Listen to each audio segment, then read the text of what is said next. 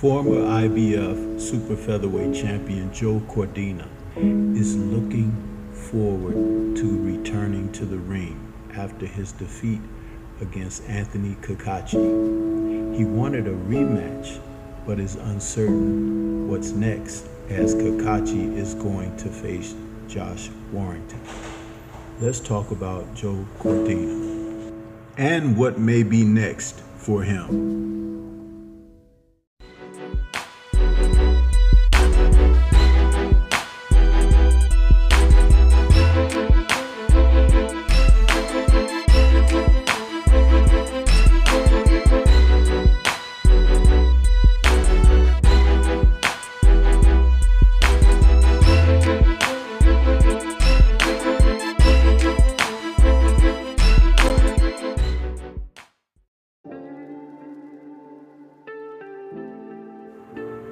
Joe Cordina, the former IBF super featherweight champion, was all set to face Anthony Cacace again in a rematch. But there's just one hitch. Cacace, who offered in the ring the former champion Cordina another shot at his title, decided to take a different fight. He's going to be facing Josh Warrington. And so now Cacace will move forward, and Cordina, who was having trouble making the weight, is trying to decide what his next step will be. And according to an article in Boxing Scene, the link will be in the description, Cordina was willing to remain at super featherweight to face Cacace in a rematch.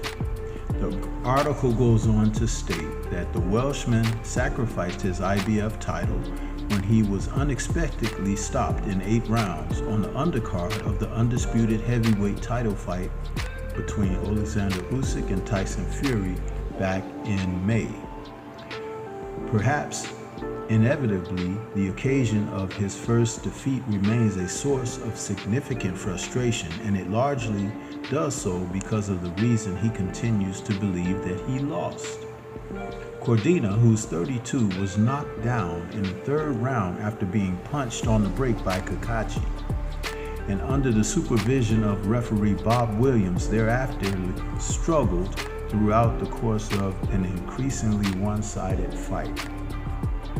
His trainer, Tony Sims, since he's spoken of his struggles to make the 130-pound weight limit, but Cordina, having insisted that Cacace had previously offered him a rematch before agreeing to fight Josh Warrington on September 21st, was prepared to struggle once again if it meant the opportunity to avenge the injustice he believed was done.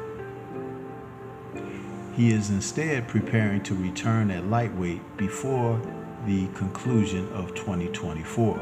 But when discussing his first defeat, he told Boxing Scene, Cacace said he'd give me a rematch, then the next thing I know, he's fighting Warrington. No one had even mentioned anything to me.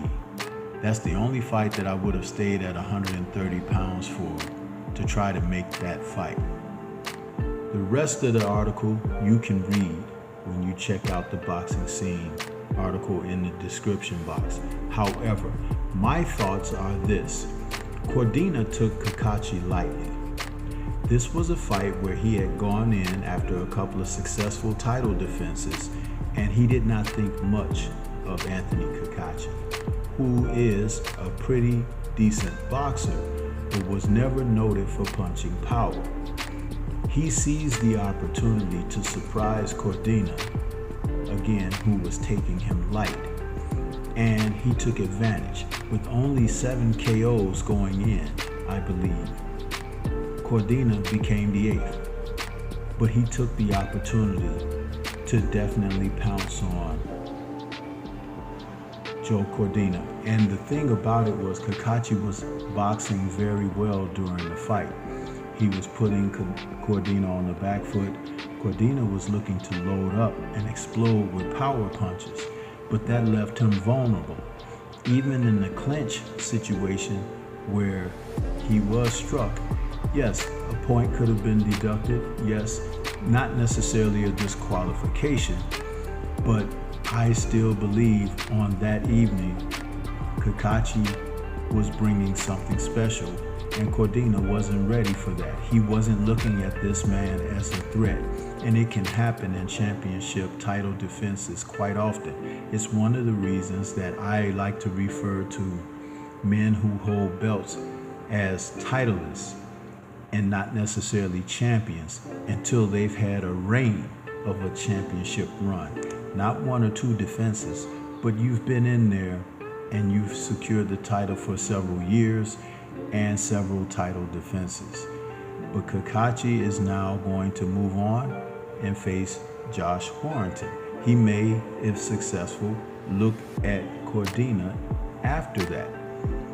But it was Cordina's title to lose, and he did by stoppage. It's an embarrassing thing, but this is the type of thing that happens in the sport of boxing when champions do not focus up like they should.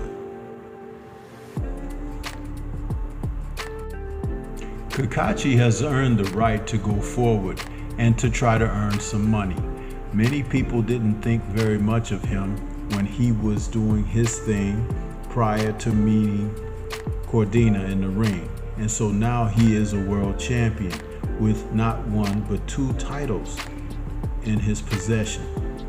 The upcoming September 21st match between Anthony Joshua and Daniel Dubois is a big card for Wembley, and taking on the likes of Josh Warrington is a great opportunity for Cacace.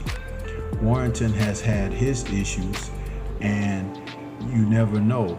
Warrington, if he comes in the correct way, maybe he could upset Cacace.